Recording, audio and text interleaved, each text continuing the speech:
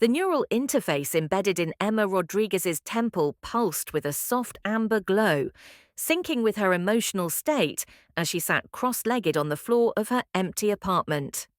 Around her, moving boxes bore the digital labels that her basic model implant generated automatically: books, educational, art supplies, teaching, wedding dress, obsolete. The last label made her wince, a micro-expression that her neural implant dutifully recorded and filed under stress indicators, elevated. 3 years. 3 years since her world had collapsed with the algorithmic precision of a social media algorithm reallocating attention from one content creator to another. Her fiancé, David Chen, marketing executive, influence maximizer, neural enhancement early adopter, had traded her in for her sister Sophia, with the casual efficiency of someone upgrading their personal brand. Emma's hands trembled slightly as she folded the wedding dress that would never be worn, its smart fabric fibers still programmed to adjust to her body temperature and biometric readings. The dress had cost her 3 months' salary as a high school art teacher, purchased back when she'd believed that love was about more than social media metrics and neural compatibility scores. Her apartment's AI assistant chimed softly. "Emma, your stress levels are approaching concerning thresholds. Shall I order mood stabilizers from the pharmacy drone?" "No," Emma said quietly, her voice echoing in the space stripped of personality. "I need to feel this." The AI paused, its algorithms struggling to process a human who actively chose discomfort over chemical optimization. In 2087, most people preferred their emotions mediated by neural interfaces and pharmaceutical precision. Emma had always been an outlier. Her neural implant buzzed with an incoming message from Sophia. Her sister's contact profile automatically updated with her latest social media statistics. 2.3 million followers, engagement rate 4.7%, sponsored content value $50,000 per post. The message itself was a video, because of course it was. Sophia's face appeared in Emma's visual field, her features enhanced by the latest beauty filters that made her look like a living sculpture. Behind her, David moved through their Manhattan penthouse apartment, his own neural crown gleaming silver against dark hair as he managed his marketing firm's global campaigns through direct brain interface. "Emma!" Sophia's voice carried the artificial warmth that she'd perfected for her audience. "I know you're probably busy packing or whatever, but I wanted to make sure you saw our latest post. David surprised me with a trip to Neo-Tokyo, and the engagement photos are getting incredible traction. Look." The video shifted to show David and Sophia against the backdrop of Neo-Tokyo's neon-drenched skyline, their neural crowns synchronized to create matching light patterns that photographed beautifully for their combined 5 million followers. They looked perfect together. Two beautiful people whose relationship had been optimized for maximum social media impact. "Anyway," Sophia continued, "I hope you find whatever it is you're looking for in... Where are you going again?" "England? That's so random. But maybe the change will be good for you. You know, help you figure out what you really want to do with your life." The implication was clear. Teaching high school art wasn't a real career.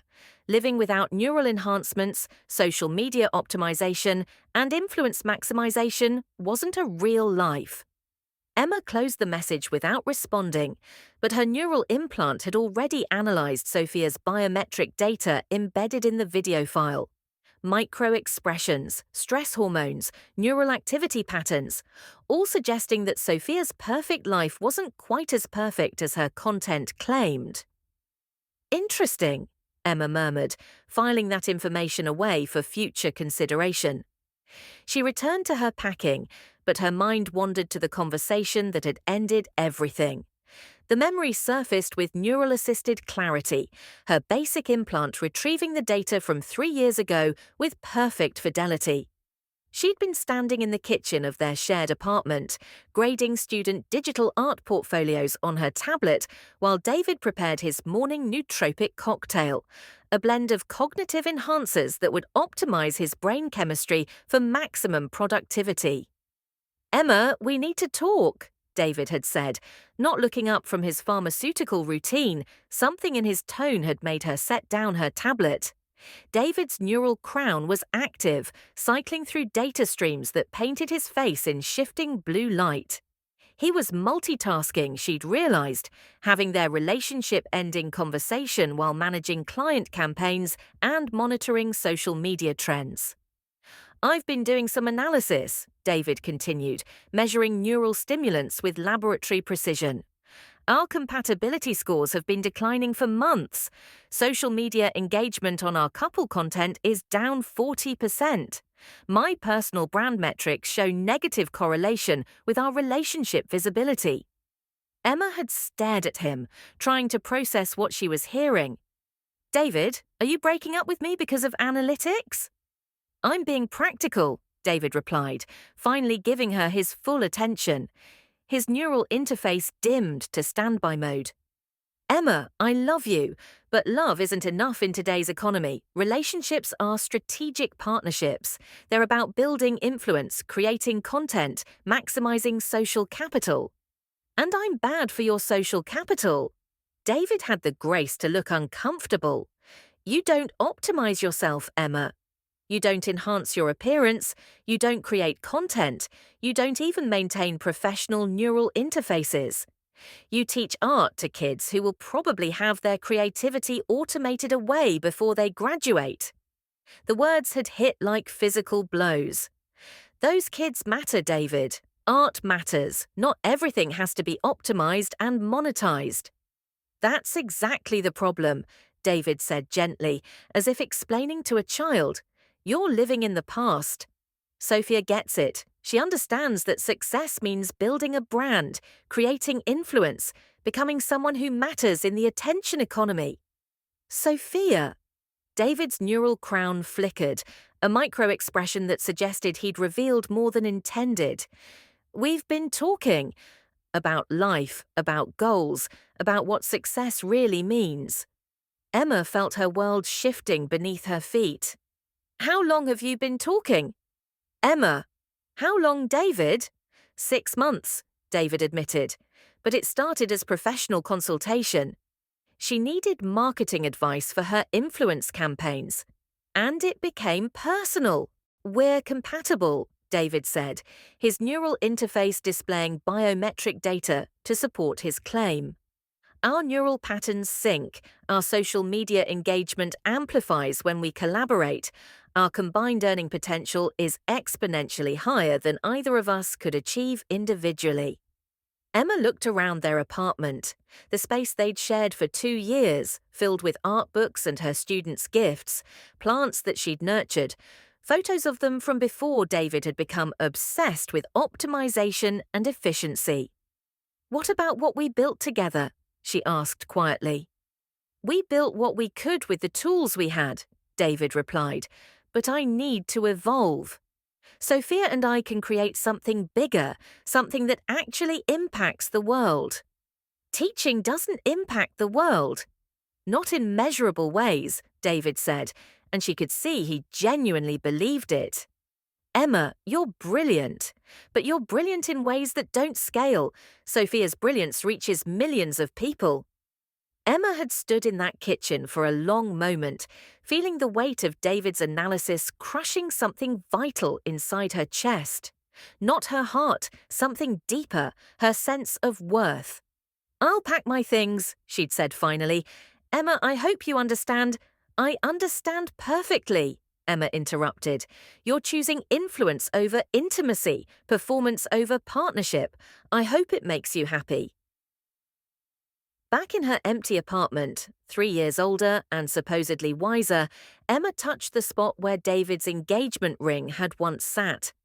The indent was long gone, but her neural implants still detected elevated stress responses when she moved her hand that way. Some data patterns were harder to delete than others.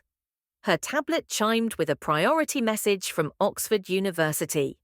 Dr. Helena Morrison, the Department of Art History, responding to Emma's graduate application with uncharacteristic speed.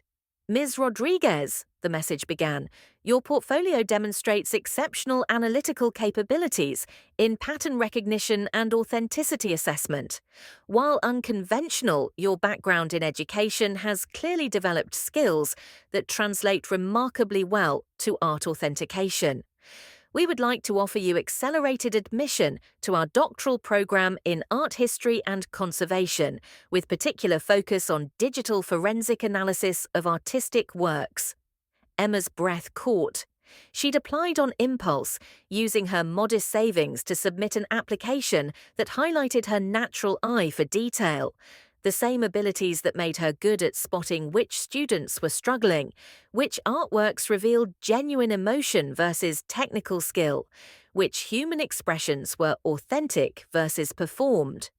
The position includes full funding, Dr. Morrison continued, plus a research stipend that will allow you to work with our partner institutions, Sotheby's, Christie's, and the British Museum's Authentication Laboratory. Your particular combination of artistic sensibility and analytical precision is exactly what we need for our new program in digital art fraud detection. Emma read the message 3 times, her neural implant highlighting the key phrases: full funding, research stipend, partner institutions, exactly what we need. For the first time in 3 years, Emma smiled, a genuine expression that her neural interface marked as authentic positive emotion, rather than the performed happiness it usually detected in her social interactions. Her personal AI assistant chimed again. Emma, your biometric readings indicate significant positive emotional shift. Shall I share this data with your family's connected network? No, Emma said firmly. Privacy mode. Complete information embargo on all personal data sharing. Confirmed. Enabling privacy protocols. Emma looked around her empty apartment one last time, seeing not the end of her old life, but the beginning of something she couldn't yet imagine. Her neural implant was already calculating flight costs to London, university housing options, student visa requirements. But beneath the data streams and algorithmic assistance, Emma felt something her technology couldn't quantify: hope. She walked to her window, looking out at the city where David and Sophia were building their influence empire, where her family measured success in followers and engagement rates. Soon she would be 5,000 miles away, developing expertise in a field they'd never heard of, learning to see through illusions that fooled even the experts. Emma Rodriguez was about to disappear from their world entirely, and when she returned, she would be unrecognizable. The neurally enhanced limousine glided through Manhattan's elite district, its AI navigation system automatically adjusting route algorithms to avoid paparazzi drones that tracked high-value passengers. Inside the vehicle, Emma sat rigidly upright, her basic neural implant struggling to process the sensory overload of returning to a world she'd tried to forget. 3 years. 3 years since she'd sat in a similar vehicle, traveling to Sophia and David's engagement party, with naive hope that her family would support her through the heartbreak. Now she was returning for Roberto's 60th birthday celebration, but everything had changed. Emma had changed. Her reflection in the smart glass window showed the transformation. Where once there had been a timid art teacher in off-the-rack clothes, now sat a woman whose quiet confidence suggested depths that couldn't be measured by social media metrics.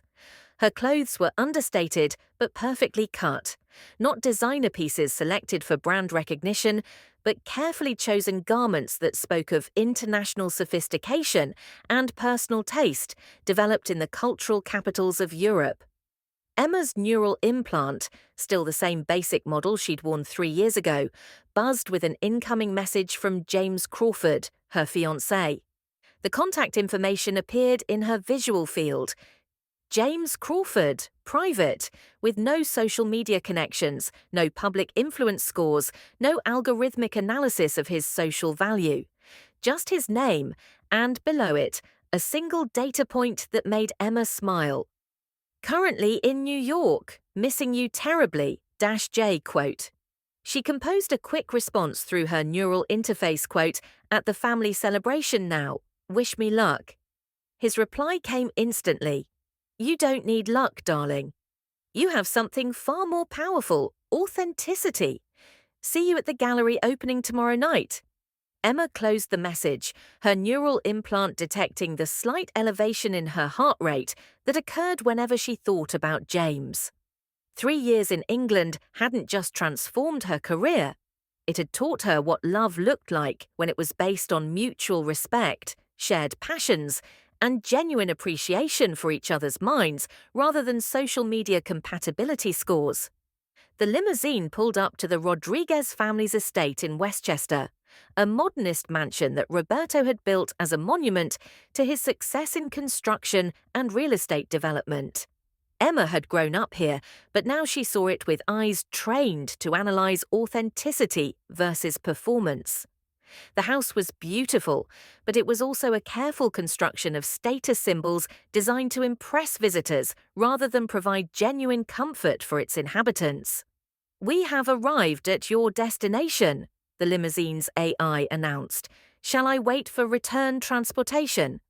No, thank you, Emma replied, knowing that James would be picking her up later, a detail she hadn't shared with her family. Emma stepped out of the vehicle and walked toward the house, her footsteps clicking on Italian marble that Roberto had imported at great expense because it photographed well for Carmen's social media posts about their lifestyle. The sound echoed across water features and sculptural elements that had been selected by a team of design consultants rather than chosen for personal meaning. Through the floor-to-ceiling smart glass windows, Emma could see the party in full swing. Her family and their social circle moved through the space with choreographed precision, their neural crowns creating shifting patterns of light as they networked, shared content, and performed the elaborate dance of social media optimization that passed for conversation in their circle. Emma paused at the threshold, her basic neural implant automatically scanning the guest list through proximity detection. 67 attendees, their collective influence metrics displayed in her visual field like a stock market readout. Combined social media reach, 47 million followers. Average neural enhancement level, premium tier. Estimated net worth of attendees, $2.3 billion. These were the people who had watched her humiliation 3 years ago, who had sided with Sophia and David because their relationship made better content, generated more engagement, created more social capital, who had treated Emma's teaching career as a hobby rather than a calling, her authentic emotions as inconvenient obstacles to family harmony. Now they were about to discover how wrong they'd been about everything. Emma pressed her hand to the biometric scanner, which immediately recognized her genetic signature despite the years of absence. The door opened with a soft chime, and she stepped into her childhood home. The conversation didn't stop immediately.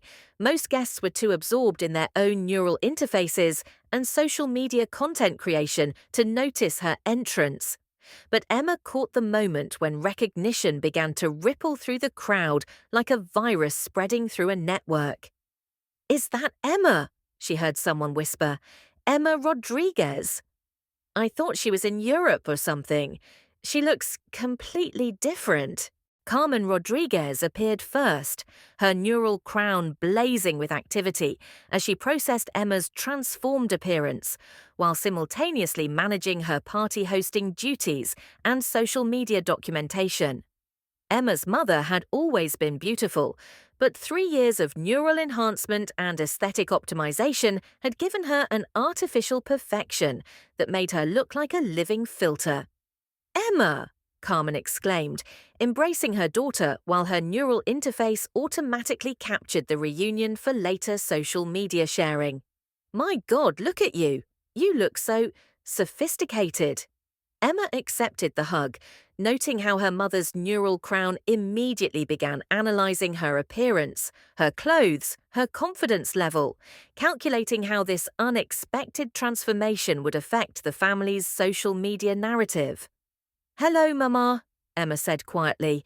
"You look well." "I look fabulous, darling. Dr. Chen's enhancement protocols are absolutely miraculous." Carmen held Emma at arm's length, studying her with the analytical precision of someone whose life depended on optimizing appearances. "But you, Emma, what have you been doing in England? You look like you've been living in a completely different world." "I have been," Emma replied, her voice carrying new depths that made Carmen's neural interface flag her daughter's communication patterns as significantly evolved. Roberto appeared beside them, his own neural enhancements more subtle but equally sophisticated. Emma's father had built his construction empire through shrewd investment and genuine business acumen. But success in their social circle required constant technological optimization and influence management. "Mija," Roberto said, embracing Emma with genuine warmth that his neural interface couldn't artificial generate. "I'm so glad you came home." "We missed you." Emma felt the familiar ache of loving parents who had never quite understood her choices. "I missed you too, Papa." "What have you been doing over there?" Roberto asked. "Your mother shows me Sophia's posts all the time, but we never hear about your adventures." Before Emma could answer, Sophia herself appeared, moving through the crowd with the practiced grace of someone whose every movement was optimized for visual appeal. Emma's sister looked exactly as perfect as her social media content suggested. Neural enhancements had preserved her beauty while amplifying it, and her designer dress probably cost more than Emma had once made in 3 months of teaching. "Emma!" Sophia's voice carried across the party, drawing attention from guests whose neural interfaces immediately began documenting the sister reunion. "Oh my God, I cannot believe you're actually here." Sophia embraced Emma with performed enthusiasm, her neural crown analyzing Emma's transformation while simultaneously broadcasting the moment to her millions of followers. Emma felt herself being evaluated, categorized, turned into content for Sophia's personal brand narrative. "Hello, Sophia," Emma said calmly. "Congratulations on your marriage." "Thank you." "Can you believe it's been 3 years? David and I have built such an incredible life together. Our influence campaigns are reaching new audiences every quarter, our brand partnerships are absolutely revolutionary, and our neural compatibility scores just keep improving." Emma nodded politely, noting how Sophia's description of her marriage sounded like a business report rather than an expression of love or happiness. David materialized beside Sophia as if summoned by her neural interface, which, Emma realized, he probably had been. Emma's former fiancé looked successful, confident, optimized for maximum social impact. His neural crown was top-tier technology that enhanced his cognitive capabilities while managing his marketing empire's global operations through direct brain interface. "Emma," David said, his voice carefully neutral, "you look incredible. Really, I hardly recognized you." Emma studied David's face, noting the micro-expressions that her years of analyzing art authenticity had taught her to detect. Surprise, certainly, attraction, which she found amusing, but underneath, something that looked suspiciously like regret. "Thank you, David," Emma replied. "You look exactly the same." The comment landed with surgical precision. David's neural interface detected the subtle insult and flagged it as a potential social threat. But his public persona required gracious responses to family interactions. "So, what have you been up to in England?" Sophia asked, her neural crown recording everything for later analysis and content creation. "Teaching art to British kids instead of American ones?" Emma smiled, the expression carrying depths that made several nearby guests' neural interfaces flag her as person of interest for further analysis. "Something like that," Emma said quietly, Before the conversation could continue, Emma noticed a familiar figure entering through the main doors. James Crawford stepped into the party with the understated confidence that came from genuine accomplishment rather than performed success. He was dressed impeccably but without obvious designer labels, moving through the crowd with the ease of someone comfortable in any social environment.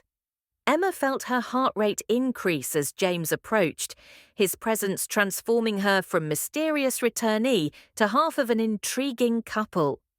"Emma," James said, his British accent cutting through the party's ambient noise like a blade through silk. "Sorry I'm late." The gallery meeting ran longer than expected. He kissed her cheek with casual intimacy that made it clear they were more than acquaintances, sending ripples of curiosity through the assembled guests whose neural interfaces immediately began analyzing this unexpected development. "James," Emma said, her voice warming in ways that made her family's neural crowns light up with data collection protocols. "I'd like you to meet my family." Emma Rodriguez was no longer the heartbroken art teacher who had fled in humiliation 3 years ago. She was Dr. Emma Rodriguez, internationally recognized expert in art authentication, engaged to one of the most mysterious and influential figures in the global art world. And her family was about to discover that they had catastrophically underestimated their failed daughter. The game was about to change, and Emma was finally ready to play by her own rules. The neural authentication scanner at Sotheby's London headquarters recognized Emma Rodriguez's biometric signature before she'd even approached the security station. Her clearance level, updated just hours before by Dr. Helena Morrison's department at Oxford, now granted her access to the auction house's most secure authentication laboratories, where art worth hundreds of millions awaited her analysis. "Dr. Rodriguez," the security AI announced through hidden speakers, "you have priority clearance for Laboratory 7. Mr. Hensworth is waiting for your assessment of the Monet collection." Emma nodded to the human security guard, a courtesy that her neural implant noted as unnecessary social interaction, but which she maintained anyway. 18 months in England had taught her that authentic human connection couldn't be algorithmic optimized, despite what David and her family believed. The elevator carried her to the 7th floor, where the art authentication laboratory hummed with technology that would have seemed magical just a decade earlier. Spectral analysis systems examined brushstrokes with molecular precision. Chemical dating equipment could determine the exact year a canvas had been prepared. Neural pattern recognition algorithms compared artistic techniques across centuries of documented work. But Emma had discovered something the technology couldn't replicate: intuition trained by years of looking at children's artwork and learning to distinguish genuine emotion from practiced technique. That same ability, refined through Oxford's rigorous doctoral program, now made her one of the few experts who could spot sophisticated forgeries that fooled even the most advanced authentication systems. "Dr. Rodriguez!"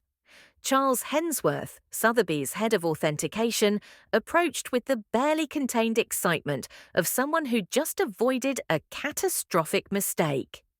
"Thank God you're here. The Monet Water Lilies collection, 6 pieces, estimated value £42 million. There's something about them that our systems can't quite identify." Emma set down her equipment case, her neural implant automatically interfacing with the laboratory's analysis systems. Data streams flowed across her visual field: spectral readings, brushstroke analysis, canvas composition reports. Everything looked perfect. Too perfect. "Show me the pieces," Emma said quietly. Hensworth led her to the climate-controlled display area where 6 Monet paintings hung under precisely calibrated lighting. To most observers, they were magnificent examples of the master's late work: shimmering water surfaces that seemed to move with captured light, brushwork that achieved the perfect balance between precision and impressionistic freedom. Emma approached the first painting, her trained eyes moving systematically across its surface, while her neural implant recorded her micro-expressions and biometric responses for later analysis. After 30 seconds, she stepped back. "They're all fake," she said simply. Hensworth's face went pale. "All of them? But Dr. Rodriguez, our systems show—" "Your systems show exactly what the forger wanted them to show," Emma interrupted, moving to the second painting. "Look at the brushwork in the water reflections."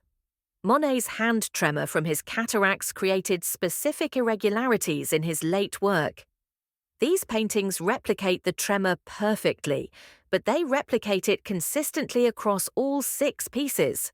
She pointed to details invisible to untrained eyes. "A forger studies the master's technique and reproduces it systematically, but Monet's condition varied day by day, hour by hour. The authentic inconsistency is missing." Emma's neural implant chimed with an incoming priority message from James Crawford. She accepted it through subvocal communication, his voice filling her consciousness while she continued examining the paintings. "Darling, are you available for dinner tonight? There's someone I'd like you to meet, a collector who's been having problems with authentication, significant problems." Emma smiled slightly, causing Hensworth to look at her with confusion. "Problems with forgeries?" she subvocalized back to James. "A £30 million Picasso that he's beginning to suspect isn't genuine. Your reputation is preceding you in rather spectacular ways." "I'll be there," Emma replied silently, then returned her attention to Hensworth, who was processing the implications of her analysis. "Dr. Rodriguez, if these are forgeries, the insurance implications alone." Hensworth trailed off, calculating financial catastrophes in real time. "They're sophisticated forgeries," Emma clarified, "possibly the best I've seen. But the forger made one crucial mistake. They tried to be more perfect than the original master." Emma's neural implant buzzed with a priority alert from her AI assistant. "Dr. Rodriguez, your authentication success rate has now prevented approximately $187 million in fraudulent art purchases over the past 18 months. Your professional reputation metrics indicate exponential career growth trajectory." She dismissed the notification with practiced ease. The numbers were satisfying, but they weren't why she'd thrown herself into this work with such intensity. Every exposed forgery was proof that authenticity could be recognized, valued, protected. Every collector she saved from deception validated her belief that truth mattered more than appearance. "Mr. Hensworth," Emma said, beginning to pack her equipment, "I'll have my full report to you by tomorrow morning. You'll want to contact the sellers immediately." "Of course. Dr. Rodriguez, I can't thank you enough. This would have been—" Hensworth shook his head. "Catastrophic doesn't begin to cover it." Emma left Sotheby's and walked through London's Mayfair district toward James's gallery, her mind already shifting from authentication analysis to the evening ahead. Her neural implant registered the change in her biometric patterns, heart rate slightly elevated, stress hormones decreasing, micro-expressions indicating anticipation rather than professional focus. James Crawford remained a mystery that even her trained eye couldn't fully read. She'd met him 6 months ago when he'd contacted Oxford directly, seeking an expert opinion on a Picasso he suspected might be fraudulent. Emma had examined the piece and confirmed his suspicions, saving him £30 million and apparently earning his permanent gratitude. What followed had been a courtship unlike anything Emma had experienced. Where David had optimized their relationship through neural compatibility algorithms and social media metrics, James approached her with old-fashioned attention to her thoughts, her expertise, her personality traits that couldn't be quantified by any interface. He was brilliant, Oxford-educated, fluent in 5 languages, capable of discussing art history with the same depth she brought to authentication. He was successful. Though the exact scope of his wealth remained mysterious, his lifestyle suggested resources that dwarfed even her family's social circle. Most importantly, he was genuinely interested in her mind rather than her optimization potential. Emma's neural implant chimed with an incoming message from Sophia, transmitted through their family's shared network. Emma almost dismissed it automatically, but curiosity made her accept the communication. Sophia's face appeared in Emma's visual field, but something was wrong with the usual perfection. Her sister's neural enhancements were working overtime to maintain her flawless appearance, but Emma could see stress markers that the beauty filters couldn't quite hide. Emma! God, I can't believe you're still maintaining communication blackout with the family. Do you know how worried Mama and Papa have been? You just disappeared to England and went completely dark on social media. It's like you don't exist anymore. Emma deleted the message without responding, her neural implant filing Sophia's communication under family drama low priority. But as she approached James's gallery, Emma found herself thinking about the sister who'd grown increasingly desperate to maintain an illusion of success that was crumbling in real time. James Crawford's private gallery occupied the townhouse's ground floor, its walls displaying a collection that would make major museums envious. Emma's trained eye immediately catalogued pieces worth tens of millions of pounds, a genuine Picasso sketch, 2 Van Gogh studies, a Degas ballerina sculpture, and several contemporary works by artists whose value her authentication expertise had helped establish. James himself stood before a recent acquisition, a painting that Emma's neural implant immediately flagged as authentication pending. He was dressed in casual elegance that suggested someone comfortable with wealth but not defined by it. His posture relaxed as he studied the artwork with genuine appreciation rather than ownership satisfaction. "Emma," James said, turning as she entered. His accent carried the educated precision of someone who'd attended the best schools, but had never lost his appreciation for learning. "Perfect timing. I was just contemplating whether this Cézanne study is everything the seller claimed." Emma approached the painting, her professional instincts engaging automatically. "From his Montagne Sainte-Victoire series." "Supposedly, though something about it has been bothering me since it arrived." Emma studied the piece for 60 seconds, her neural implant recording micro details while her trained eye assessed brushwork, color application, and compositional choices. The painting was beautiful, technically accomplished, and completely wrong. "It's fake," Emma said quietly, "but an extraordinarily good fake. The brushwork mimics Cézanne's technique perfectly, the color palette is historically accurate, even the canvas aging looks authentic." James smiled, the expression transforming his face from handsome to devastating. "What gave it away?" "The mountain," Emma replied, moving closer to point at details invisible to most observers. Cézanne painted Montagne Sainte-Victoire obsessively, but always from life. This forger painted from photographs of Cézanne's other works. The perspective is composite rather than observed. "Meaning?" Emma turned to face James, finding herself caught in his direct attention in a way that made her neural implant register elevated stress responses. "Meaning the forger studied Cézanne's existing paintings of the mountain and created a new work based on those studies. But Cézanne never painted the same view twice. Every authentic piece shows the mountain from a specific location at a specific time of day." James stepped closer, close enough that Emma could smell his cologne, something expensive but understated, like everything else about him. "And this piece shows the mountain from 3 different locations simultaneously. It's technically perfect, but geographically impossible." "Brilliant," James said softly, his gaze fixed on Emma's face rather than the painting. Most experts would have missed that entirely. Emma felt heat rise to her cheeks, a response her neural implant noted with interest. "It's what I do." "What you do," James replied, is see truth where others see what they want to see. That's an extraordinary talent. The moment stretched between them, weighted with implications that Emma's technology couldn't analyze. James was looking at her with the same intensity she brought to examining art, as if she were a masterpiece he was trying to understand. "James," Emma said carefully, "the collector you mentioned, the one with the Picasso problem." James's expression shifted to something more complex. "Actually, Emma, there's something I should tell you about that situation. The collector is me." Emma's neural implant flagged this revelation as significant, but couldn't process the emotional implications. "You're having problems with a Picasso authentication?" "Not exactly."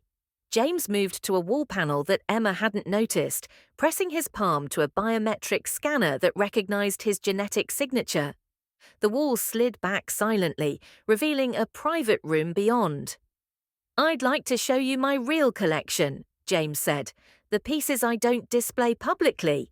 Emma followed James into the hidden gallery, her neural implant immediately overwhelming her with data as it attempted to catalogue the artworks surrounding them.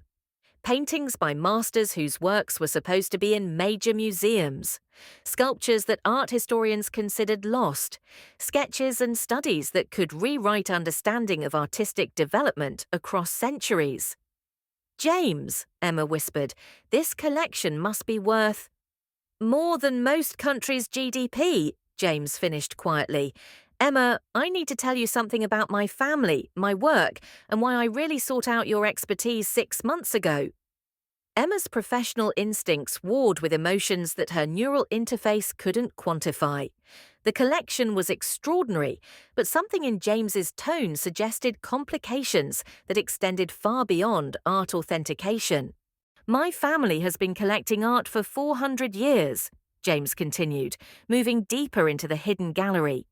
"We've preserved pieces through wars, revolutions, and economic collapses.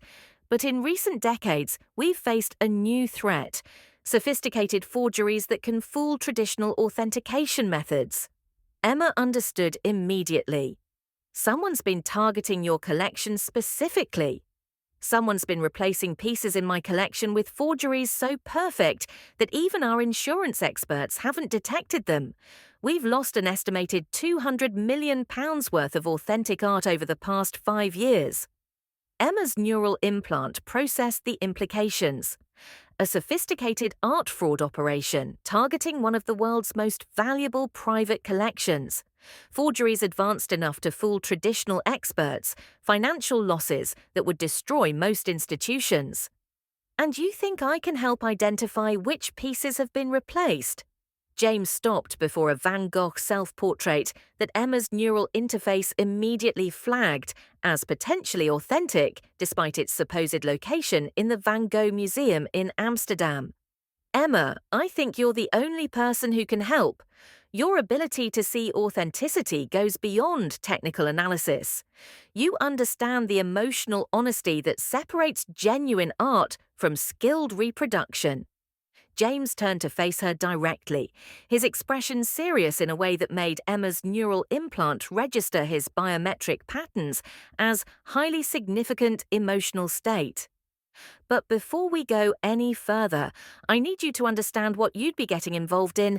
This isn't just about authentication, it's about recovering stolen art, identifying international fraud networks, and potentially putting ourselves in danger from people who've invested millions in sophisticated criminal operations."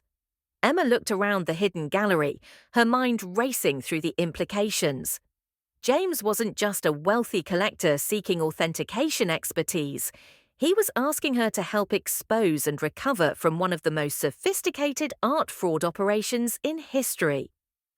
"James," Emma said quietly, "how long have you been planning to ask me this?"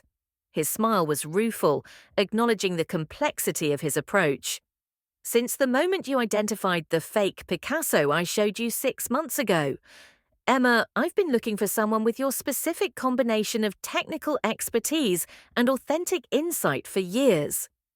Emma's neural implant detected her elevated heart rate analyzing the data streams that accompanied her realization that James's interest in her had begun as professional necessity rather than personal attraction. "So this has all been professional?" Emma asked, her voice carefully neutral despite the emotional turmoil that her technology could measure but not interpret. James moved closer, his hand reaching up to touch her face with a gentleness that made Emma's neural interface spike with contradictory readings. "Emma," he said softly, "it began as professional necessity, but it became something much more important the moment I realized that your ability to see truth extends far beyond art authentication." Before Emma could respond, James leaned down and kissed her, his mouth moving against hers with a passion that sent her neural implant into analytical overdrive. The kiss tasted like possibility and danger, like truth and deception, intertwined so completely that even her trained instincts couldn't separate them. When they broke apart, Emma's neural interface was flashing warnings about elevated stress hormones and emotional volatility. But her authentic response was much simpler. She wanted more. "James," Emma said, her voice slightly breathless, "I need to know something before I agree to help with your collection. Anything. Are your feelings for me authentic, or are they optimized for maximum professional cooperation?" James laughed, the sound rich with genuine amusement. "Emma, after 6 months of watching you expose forgeries that fooled everyone else, do you really think I'd try to deceive someone with your particular talents?" Emma considered this, her analytical mind weighing possibilities, while her emotional response remained steady. James felt real in a way that David never had, even when David's neural compatibility algorithms had suggested perfect relationship metrics. "All right," Emma said, "show me what you need me to authenticate." James smiled, the expression carrying relief and anticipation in equal measure. "There's one more thing, Emma. The authentication work I need will require several months of intensive collaboration, close collaboration." "How close?" James moved to another wall panel, revealing a staircase that led to the upper floors of the townhouse. "I'd like you to move in with me. Officially, you'll be my art authentication consultant." "Unofficially?" "Unofficially," Emma prompted. "Unofficially, I'd like to find out what happens when two people who specialize in recognizing authenticity stop maintaining professional distance." Emma followed James up the staircase, her neural implant recording biometric data that would later be analyzed for patterns of attraction, trust, and emotional investment. But for the first time in 3 years, Emma found herself more interested in what her technology couldn't measure than what it could quantify. At the top of the stairs, James opened a door to reveal a living space that managed to be both luxurious and comfortable, filled with art and books and evidence of someone who valued beauty over optimization. "Emma," James said, taking her hand, "I should probably mention that accepting this arrangement would mean extended absence from your family and previous social connections. Months of work in private settings with minimal external communication." Emma thought about Sophia's desperate message, about David's regret-tinged expression at the party, about her parents' concern mixed with disappointment in her life choices. "James," Emma said, moving closer to him in the soft lighting of his private space, "I think extended absence from my family might be exactly what I need." This time, when James kissed her, Emma's neural implant detected patterns it classified as optimal romantic compatibility, but Emma barely noticed the data streams. She was too busy discovering what authentic connection felt like when it wasn't mediated by algorithms or optimized for social media performance. 6 months later, as she prepared to return home for her father's birthday party, Emma would realize that her time with James had transformed her in ways that no neural enhancement could replicate. She'd learned to trust her instincts over her technology, to value authentic connection over performed relationships, and to recognize her own worth independent of others' approval. She'd also learned that sometimes the most valuable discoveries came from people who appreciated what you could see, not what you looked like while seeing it. But that night, moving into James's private world of hidden galleries and authentic masterpieces, Emma simply let herself feel grateful for a man who'd sought out her expertise and discovered her heart in the process. Her neural implant registered the evening as significant positive emotional experience. But Emma was learning that the most important experiences were often the ones that couldn't be quantified by any technology. Some truths, she was discovering, were too authentic to be optimized. The Westchester Elite Country Club's neural integration systems detected Emma Rodriguez's arrival before her vehicle had even passed through the security gates. Her biometric signature, updated through international databases during her years in England, now flagged her as person of interest high value, rather than the family member standard access she'd held 3 years ago. The club's AI concierge automatically upgraded her parking assignment and prepared member services for a VIP guest whose professional reputation had preceded her return. Emma stepped out of the autonomous vehicle James had arranged, a hydrogen-powered Bentley that whispered wealth without shouting it, and surveyed the country club that had been the backdrop for so many family gatherings where she'd felt invisible. The building itself was a monument to algorithmic perfection, smart glass facades that adjusted for optimal social media photography, atmospheric processors that maintained perfect comfort for neural implant sensitivity, and holographic displays that showcased member achievements in real time. Through the entrance windows, Emma could see Roberto's birthday celebration in full swing. 67 guests moved through the space with choreographed precision, their neural crowns creating shifting patterns of light as they networked, shared content, and performed the elaborate social media optimization rituals that passed for conversation in their circle. Emma paused at the entrance, her neural implant automatically scanning the guest list through proximity detection. Combined social media reach, 47 million followers. Average neural enhancement level, premium tier. Estimated collective net worth, $2.3 billion. These were the people who had watched her humiliation 3 years ago, who had sided with Sophia and David because their relationship generated better content and more social capital. Now they were about to discover how catastrophically they'd underestimated the failed sister. Emma's reflection in the smart glass doors showed the complete transformation she'd undergone. Gone was the insecure art teacher in discount clothing. In her place stood a woman whose quiet confidence radiated from every carefully chosen detail. A midnight blue dress that whispered rather than shouted expense, jewelry that suggested European sophistication, posture that came from moving comfortably through international elite circles for 3 years. But the real change was deeper than aesthetics.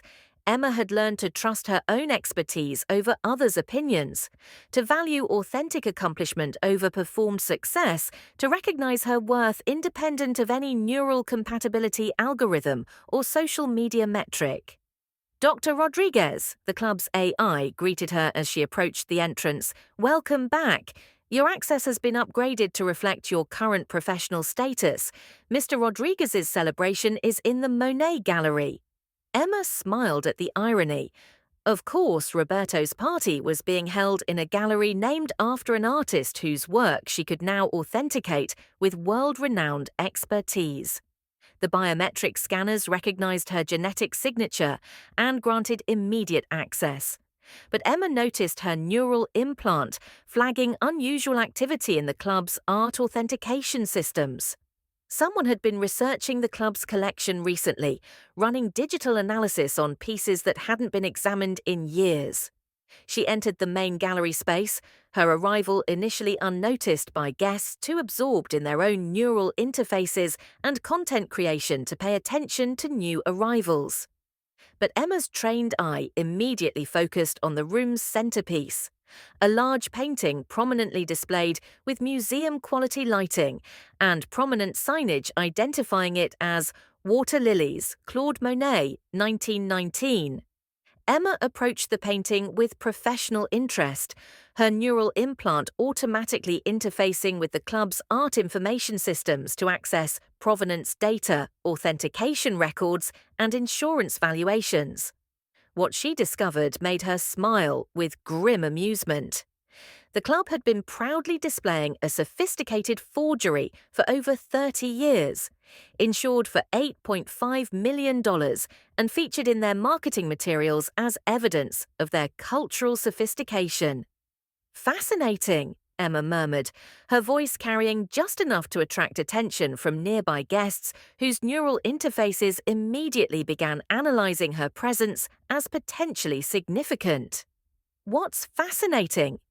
The voice belonged to Sophia, who materialized beside Emma with the practiced grace of someone whose every movement was optimized for visual impact. Emma's sister looked exactly as perfect as her social media content suggested, neural enhancements preserving and amplifying her natural beauty. Design a dress worth more than Emma had once made in 6 months of teaching, jewelry that caught and reflected the gallery's smart lighting for maximum photographic effect. "Hello, Sophia," Emma said calmly, not looking away from the painting. "Congratulations on your marriage." Sophia's neural crown immediately began analyzing Emma's appearance, voice patterns, and confidence levels, trying to reconcile this sophisticated woman with the broken sister who'd fled 3 years ago. Behind Sophia, David appeared as if summoned by her neural interface, which Emma realized he probably had been. David looked successful, optimized, perfectly calibrated for maximum social and professional impact. His neural crown was top-tier technology that enhanced his cognitive capabilities while managing his marketing firm's global operations through direct brain interface. But Emma's trained eye caught micro-expressions that suggested all was not well in his algorithmically optimized life. "Emma," David said, his voice carefully neutral despite biometric readings that Emma's enhanced observational skills could read like data streams. "You look incredible, really. I hardly recognized you." "Thank you, David," Emma replied, finally turning to face her former fiancé and sister. "You look exactly the same." The comment landed with surgical precision, implying stagnation rather than stability. David's neural interface detected the subtle insult and flagged it as a potential threat to his social positioning, but his public persona required gracious responses to family interactions. "So what brings you back to New York?" Sophia asked, her neural crown recording everything for later content analysis while maintaining the performed warmth she'd perfected for her audience. "Still teaching art to kids, or did you finally find something more substantial to do with your life?" Emma smiled, the expression carrying depths that made several nearby guests' neural interfaces flag her as person of interest for social network analysis. "I've been busy," Emma said quietly, her attention returning to the Monet. "Though I have to say this is fascinating." "What's fascinating?" Sophia pressed, moving closer to Emma in a subtle attempt to dominate the conversation space. Emma gestured toward the painting with the casual authority of someone whose expertise was unquestionable. "This painting. You've been displaying a fake Monet for 30 years. The conversation around them died as if a neural silence command had been transmitted to every guest simultaneously. Emma's pronouncement carried across the gallery space, reaching the club's board members, art enthusiasts, and social influencers who had been documenting the party for their respective audiences. Club President Harrison Whitmore approached with the aggressive confidence of someone whose authority had just been challenged in his own establishment. His neural crown blazed with defensive algorithms as he prepared to protect the club's reputation and his own social standing. "Excuse me, Ms." Whitmore paused, his neural interface providing Emma's identification in real time. "Dr. Rodriguez, I assume?" That piece was authenticated when we acquired it. Our insurance covers it for $8.5 million based on expert evaluation. Emma nodded respectfully, understanding that she was about to publicly humiliate a man whose social status depended on the club's cultural credibility. I'm sure it was evaluated by competent experts using the best available technology at the time. Then what makes you think you know better? Whitmore demanded, his neural crown broadcasting his indignation to the assembled guests whose own interfaces were recording the confrontation for later analysis. Emma moved closer to the painting, her voice carrying the quiet authority that came from 3 years of preventing hundreds of millions in art fraud losses. The brushwork is wrong for Monet's Water Lilies period. His technique from 1919 shows specific characteristics related to his advancing cataracts, irregular hand tremors that created distinctive stroke patterns. She pointed to details invisible to untrained observers. This painting replicates Monet's general style perfectly, but the brushwork is too consistent. A forger studies the master's technique and reproduces it systematically, but Monet's condition meant his hand tremor varied unpredictably. The signature placement is also incorrect, Emma continued, her analysis drawing the attention of every neural interface in the room. Monet signed his late Water Lilies works in specific locations that related to the composition's light sources. This signature is placed for maximum visibility rather than artistic integration. Sophia's neural crown flickered with desperate algorithmic searching as she tried to process her sister's demonstration of expertise that extended far beyond anything their family had imagined. Emma, Sophia interrupted with practiced condescension, just because you taught high school art doesn't make you qualified to challenge professional authenticators. Emma turned to face her sister with the patient smile of someone who had stopped caring about family approval years ago. You're absolutely right, Sophia. Teaching high school art doesn't qualify me to challenge professional authentication. The pause that followed was calculated for maximum impact. But my doctorate in art history from Oxford University does, along with my certification from the International Association of Art Authentication, my 3 years working with Sotheby's, Christie's, and the Metropolitan Museum's Authentication Laboratory, and my current position as the world's leading expert in Renaissance and Impressionist forgery detection. The gallery fell into the kind of silence that occurred when neural interfaces collectively registered a paradigm shift too significant for immediate processing. Sophia's neural crown actually flickered and required a brief restart cycle. David's biometric readings spiked as he realized that his plain former fiancé had become internationally recognized in a field he'd never heard of.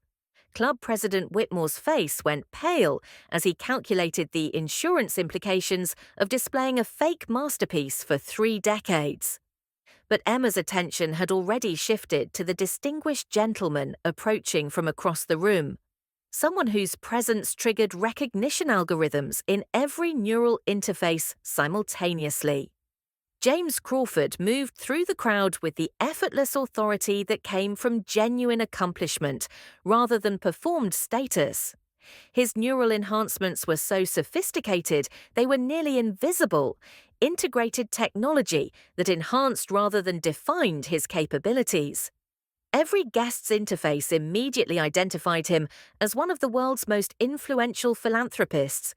But Emma saw something more important: the man who had recognized her worth before anyone else thought to look for it. Dr. Rodriguez, James said, his British accent cutting through the gallery's stunned silence like warm honey. I thought I heard your voice. What brings you to this charming gathering? Emma felt her heart rate elevate in ways her neural implant marked as authentic positive response, rather than the performed emotions it usually detected in social situations. James! Emma's face lit up with genuine warmth that made her sister's neural crown work overtime analyzing the transformation. I didn't know you'd be here. Everyone, this is James Crawford. The collective intake of breath was audible as 67 neural interfaces simultaneously accessed James Crawford's public profile. Billionaire philanthropist, heir to a British art collection worth more than most museums. Anonymous donor whose charitable foundations had transformed communities across 3 continents. Emma's family stood frozen as they realized their failed daughter was on intimate terms with one of the world's most eligible and influential men. James approached Emma with the kind of territorial warmth that made every neural interface in the room flag their relationship as romantically significant. "I should have known you'd spot the forgery immediately," James said, taking Emma's hand with casual intimacy that sent ripples of speculation through the assembled guests. "Your eye for authenticity is truly unparalleled." David stepped forward with desperate aggression, his neural crown calculating social recovery strategies in real time. "Emma, you didn't mention you knew Mr. Crawford." James studied David with polite interest that somehow managed to be completely dismissive. "And you are?" "David Chen," Emma replied before David could answer. "My former fiancé, James, is my colleague." James's smile could have powered the club's neural grid. "Actually, darling, I think it's time we told them." Before Emma could respond, James reached into his jacket pocket and produced a vintage Cartier ring box, opening it to reveal an Art Deco engagement ring that made several guests audibly gasp. "Emma Rodriguez," James said, his voice carrying across the silent gallery. "Brilliant art expert, most extraordinary woman I've ever known. Will you marry me? Again?" Emma laughed, the sound rich with genuine happiness, as she extended her right hand to show the matching engagement ring she'd been wearing all evening. "We've been engaged for 6 months, Emma announced to the assembled crowd, whose neural interfaces were working overtime to process the social implications. "We just wanted to keep it private until tonight." The gallery erupted in algorithmic chaos as every neural crown simultaneously began updating social network databases, calculating influence metrics, and adjusting social positioning relative to this new information. Carmen Rodriguez pushed through the crowd, her neural interface sparking with emotional overload as she processed the reality that her failed daughter was engaged to one of the world's most eligible billionaires. "Emma," Carmen whispered, "I don't understand. When did you?" James stepped in with British gallantry, addressing Emma's parents with the effortless charm that had made him welcome in royal courts and corporate boardrooms worldwide.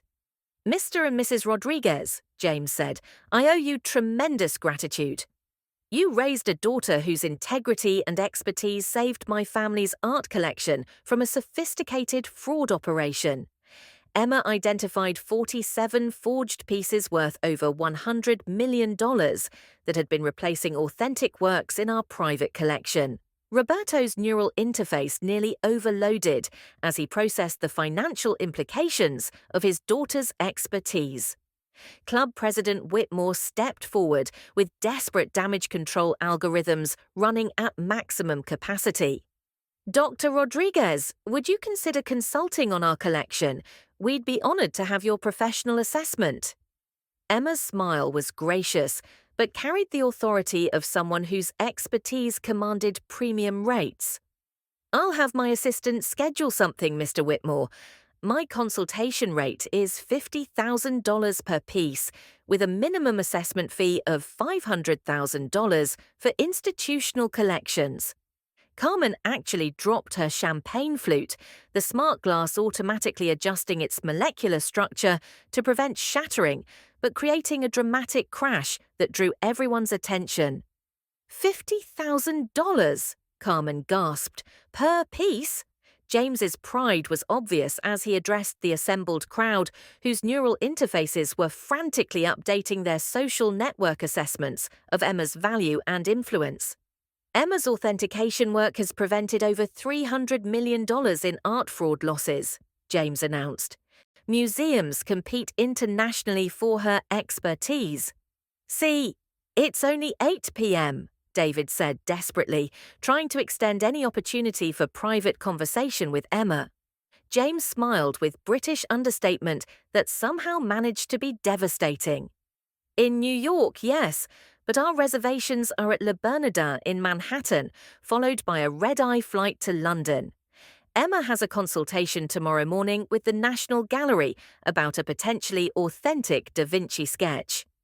As Emma prepared to leave with James, surrounded by family members whose neural interfaces were still processing the magnitude of their misjudgment, she realized that the greatest revenge wasn't making them suffer. It was making them understand that their approval had never been necessary for her success.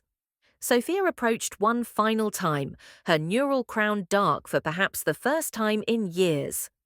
"Emma, I'm sorry for everything."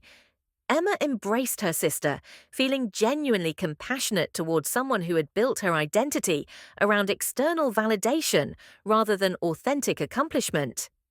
"Sophia, you did me the greatest favor of my life when you and David got together," Emma said gently. "You freed me to become who I was always meant to be." As Emma left the country club on James's arm, she caught her reflection in the smart glass doors. No longer the heartbroken teacher who had fled in humiliation, but Dr. Emma Rodriguez, internationally renowned expert, engaged to a man who celebrated rather than diminished her authenticity, finally comfortable in her own extraordinary skin. Behind them, 67 guests began the complex neural process of completely recalibrating their understanding of success, worth, and the danger of underestimating quiet people who preferred substance over performance. Emma Rodriguez had returned home not to prove anything to her family, but to show them what authentic success looked like when it was built on expertise, integrity, and love that enhanced rather than optimized the people it touched. Some transformations she had learned were too genuine to be measured by any algorithm. Epilogue. 1 year later. The wedding announcement in Art and Antiques International featured a photograph of Dr. Emma Rodriguez and James Crawford exchanging vows in the private chapel of his family's Cotswold estate, surrounded by art that had been collected across 4 centuries, and guests whose combined influence extended across continents. But the real story was in the smaller details. Sophia Rodriguez Chen had enrolled in art history classes and discovered genuine talent that extended beyond social media performance. David Chen's marketing firm had pivoted to authentic brand storytelling after he'd learned the difference between influence and impact. Carmen and Roberto Rodriguez had begun measuring success by character development rather than neural enhancement metrics. Emma's foundation, established through James's philanthropic network, now provided free art authentication services to smaller institutions, while funding scholarships for students who demonstrated passion over optimization. And in the private study of their London home, surrounded by masterpieces whose authenticity Emma had verified through expertise rather than technology, Dr. Emma Rodriguez Crawford continued the work she'd discovered through heartbreak, seeing truth where others saw only what they wanted to believe. "Any regrets about how you handled your family?" James asked one evening, watching Emma analyze a potentially authentic Vermeer sketch. Emma looked up from her work, her neural interface recording biometric patterns that registered as complete contentment rather than the performed happiness algorithms usually detected. "None," she said. "I showed them who I really am. The ones who matter accepted it. And the ones who didn't," Emma smiled, returning her attention to the Vermeer that revealed its secrets only to someone trained to see authenticity beneath surface appearances. They learned that underestimating people has consequences. But more importantly, they learned that love isn't about compatibility scores or social media metrics. It's about recognizing someone's true value and helping them shine. James moved behind her chair, his hands resting on her shoulders as he studied the sketch that might rewrite art history if Emma's analysis proved correct. "Good thing I recognized a masterpiece when I saw one," he murmured. Even covered in dust and doubt? Emma asked. Especially then, James replied. The most valuable art is always hidden in plain sight. Outside their window, London's neural grid pulsed with the rhythm of 8 million connected minds, all sharing data, measuring influence, optimizing experiences through technological mediation. But inside their study, surrounded by art that had survived centuries without enhancement or optimization, Emma and James had discovered something that no algorithm could replicate: authentic love based on genuine recognition of each other's true worth. Emma had learned that sometimes the people who reject you do you the greatest favor. They free you to discover who you really are when you stop performing for their approval. And sometimes, if you're very lucky, that discovery leads you to someone who doesn't want to optimize you at all. They just want to help you become the masterpiece you were always meant to be.